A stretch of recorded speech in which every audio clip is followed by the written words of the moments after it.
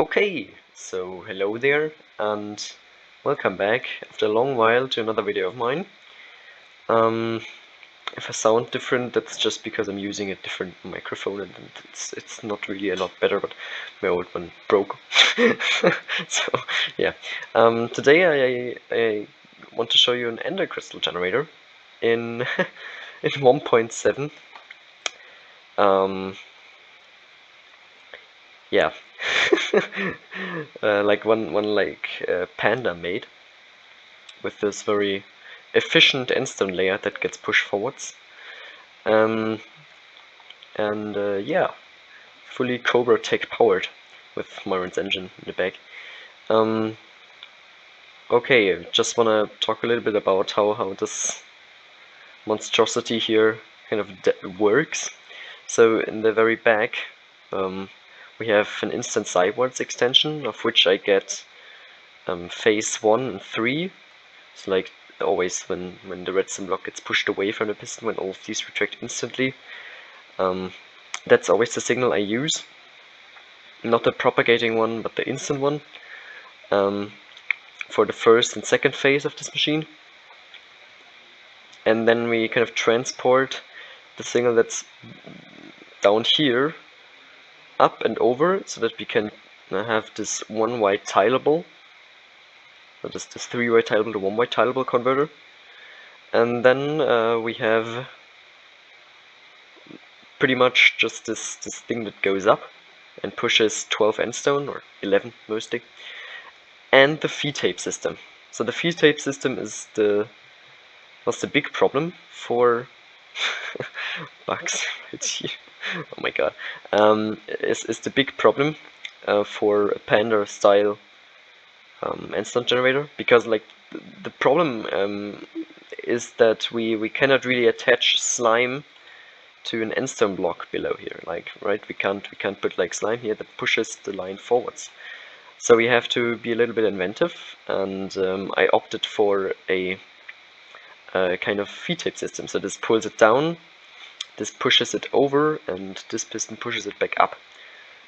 And that way we can have this entire endstone platform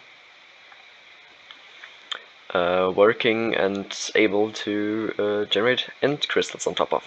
If you don't know how end crystals generate in this old version right here, so if you populate a chunk, an 8x8 region, no, a 16x16 region, so like one chunk region, in the middle of 4 chunks, will in the end it will check if there's endstone there, and if there is endstone there, it will try to place a pillar, but it needs to have endstone below every single block of the pillar. So if we want to generate like such a pillar or something, I don't know if it's even a pillar, then it has to have endstone everywhere. If it would try to generate here, then it couldn't, because there is no endstone here. So yeah, let's get that. The way we do this is that we have kind of this long piston chain here on the second phase that pushes in a block into this position, and if there was a chunk border here, it would load this chunk and populate one of these 4 chunks. I don't know which one it is, or one of these, but it will like definitely populate this region, this region, this region, and that region over there. Or at least I think so. Maybe one of these regions isn't actually. I don't know. But yeah, that's kind of the idea here. And then yeah, it'll just move forwards and do that for every single chunk. And this is quite efficient with this layout, because this is pretty much the best layout you can get, endstone wise. Because you cannot really have any blocks here or there, because those would load this chunk, which we want to load after everything is in place. So it's kind of, yeah, hard. Yeah, I guess it's everything I can really say about this. I'm just gonna start it up. This is a visual bug. You can just start Myron's engine up. yeah, here. So I just have to extend this and retract it, and then it'll start. I can now show it working, so with the instant extension, all of this, and the feed-type system. It's kind of interesting how the feed-type system actually functions. So, like this it was before, right? And now we're gonna pull it down, push it over, and push it already up. And then we're gonna push it over again and extend this piston again in the new position. Okay, see that once more. Okay, and actually there's a lot of fun stuff in here. Funny Cobra tech. Yeah, I'm gonna say it now. So we have this piston right here that is like directly in front of this block, and it gets extended by this piston getting pushed into this position. But we have to extend the piston in the back here so that when this guy retracts, this line getting when this line gets pushed over, the redstone block is not away yet. So we have to prevent this piston from extending, and we do that with this piston arm right here, which is immovable. Okay, yeah, and now we can also have a look how it actually. I hope I didn't break it now. Wait. I'm gonna stop it quickly.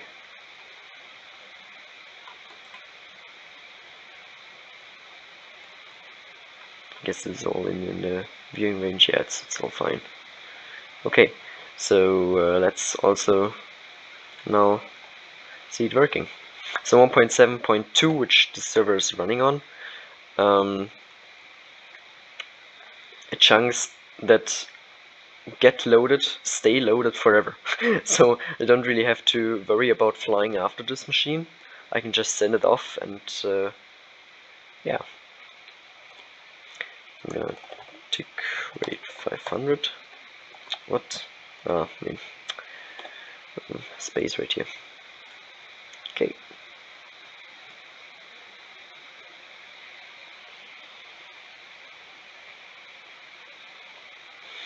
Yeah, just gonna have to wait for this machine to make its way over there.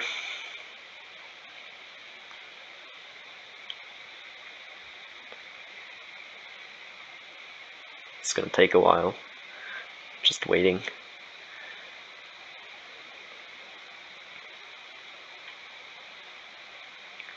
You can make this thing bigger, of course, if you really wanted to. About 3 times bigger, and then that's really the limit, because this engine is too fast. You could slow down this engine by adding more of these components, like to the side. That would slow the engine down, but that's not like then the build effort gets higher, even just for the engine. Yeah, and building the engine is not that fun. just saying. Okay. Maybe plop after it a little bit.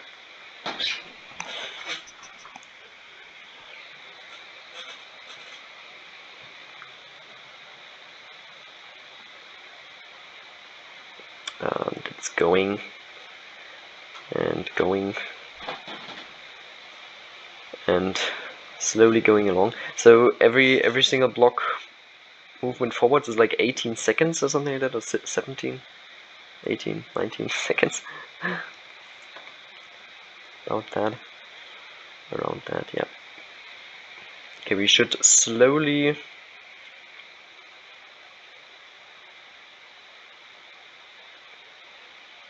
come into the region where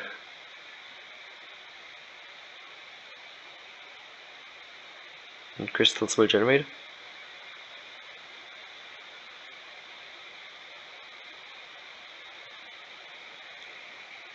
Very, very slowly.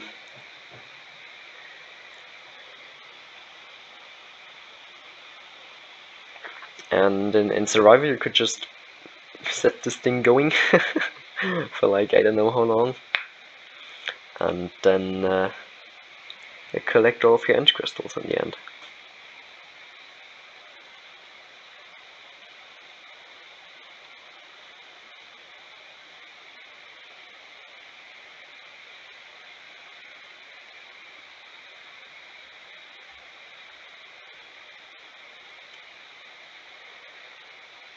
It goes on and on and on.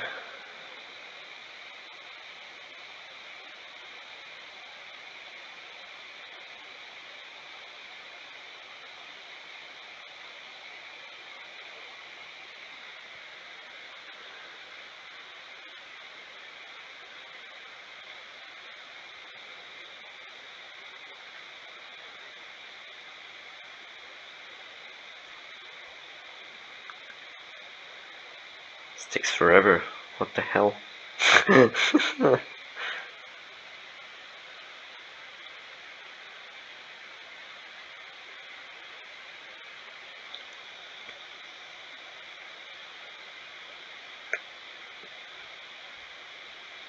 Could it be that I've generated chunks here? Oh man. Ah, no, okay, there we go. Finally. First end crystal. Of course, the machine is already way further, so there are way more end crystals, but that's the first one we have seen so far. Oh, and now they're all plopping in. Yeah. So it's working, yeah. Really nicely working. And if you compare this to like if you wouldn't use such an efficient setup, you would not get this many end crystals.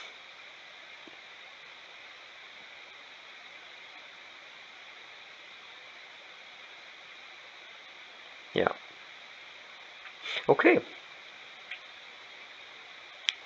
So yeah, that was pretty much it. I'm gonna slow down the game again. Stop this by just placing a movable object here. And as you can see, we have generated a ton of end crystals. 1, 2, 3, 4, 5, 6, 7. Yeah, I'd say that's a success. So yeah, thanks for watching, and I hope that the next video won't take this long. I have a lot of projects ongoing at the moment, and also school is very intense. Let's just put it that way.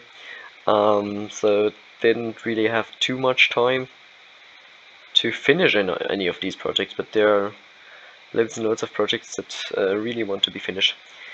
Okay, yeah, so thanks for watching, and goodbye.